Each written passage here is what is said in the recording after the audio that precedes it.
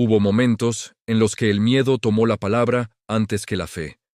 No apareció de golpe, sino poco a poco, como una voz persistente que se colaba en mis pensamientos diarios. Al principio, era una advertencia leve. Luego, se volvió una certeza interna que parecía más real que cualquier promesa que hubiera creído antes. Creía en Dios, pero el miedo me mostraba escenarios posibles, pérdidas imaginadas, fracasos anticipados. Y aunque sabía lo que decía mi fe, lo que sentía estaba dominado por lo que temía. El miedo no gritaba, razonaba, me hablaba con lógica, con estadísticas, con experiencias pasadas. Esa es una de las cosas más peligrosas del miedo. No siempre parece irracional. Muchas veces se disfraza de prudencia, de realismo, de protección, y mientras tanto, la fe empieza a quedar en segundo plano, reducida a una idea bonita pero distante. Empecé a notar que mis decisiones ya no nacían de la confianza, sino de la autoprotección.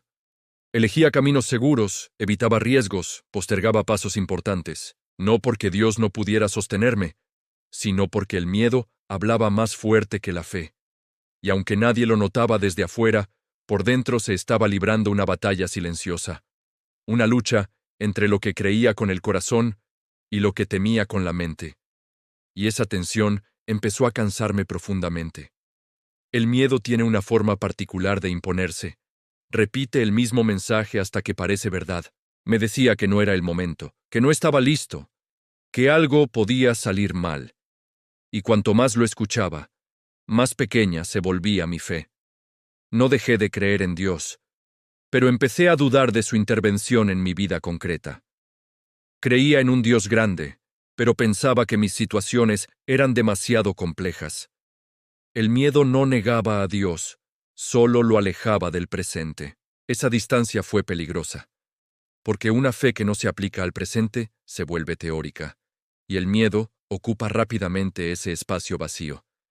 Empecé a orar menos, a esperar menos, a soñar menos. Me di cuenta de que el miedo no siempre paraliza de inmediato. A veces simplemente retrasa. Te hace posponer decisiones importantes hasta que el tiempo pasa y las oportunidades se enfrían.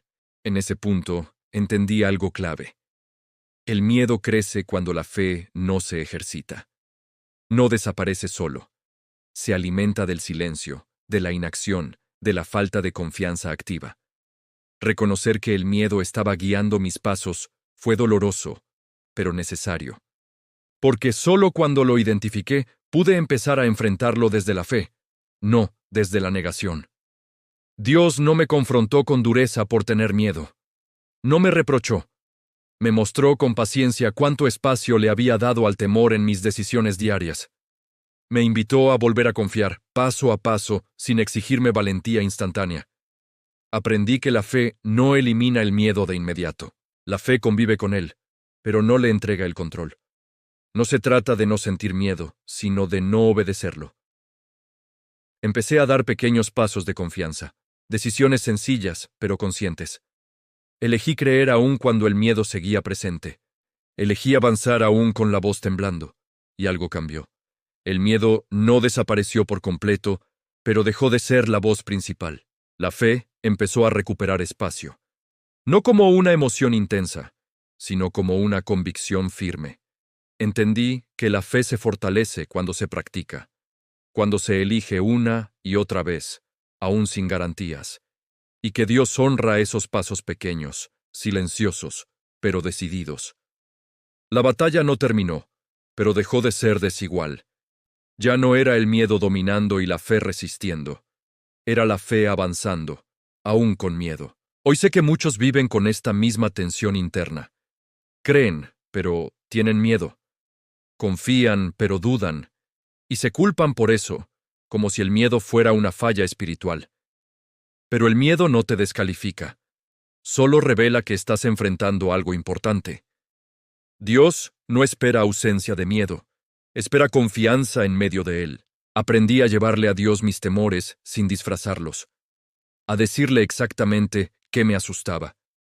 Y en ese espacio de honestidad, la fe empezó a fortalecerse de verdad.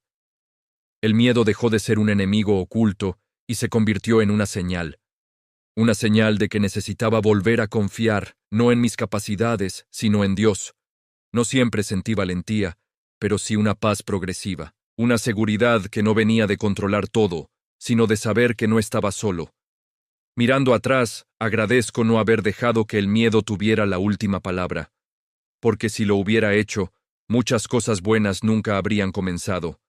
La fe no siempre grita más fuerte que el miedo, a veces solo susurra, pero ese susurro, cuando se escucha, puede cambiar el rumbo de una vida. Si hoy el miedo está hablando más fuerte que tu fe, quiero decirte esto: no estás fallando, estás en medio de un proceso, y Dios está contigo, incluso en esa lucha interna.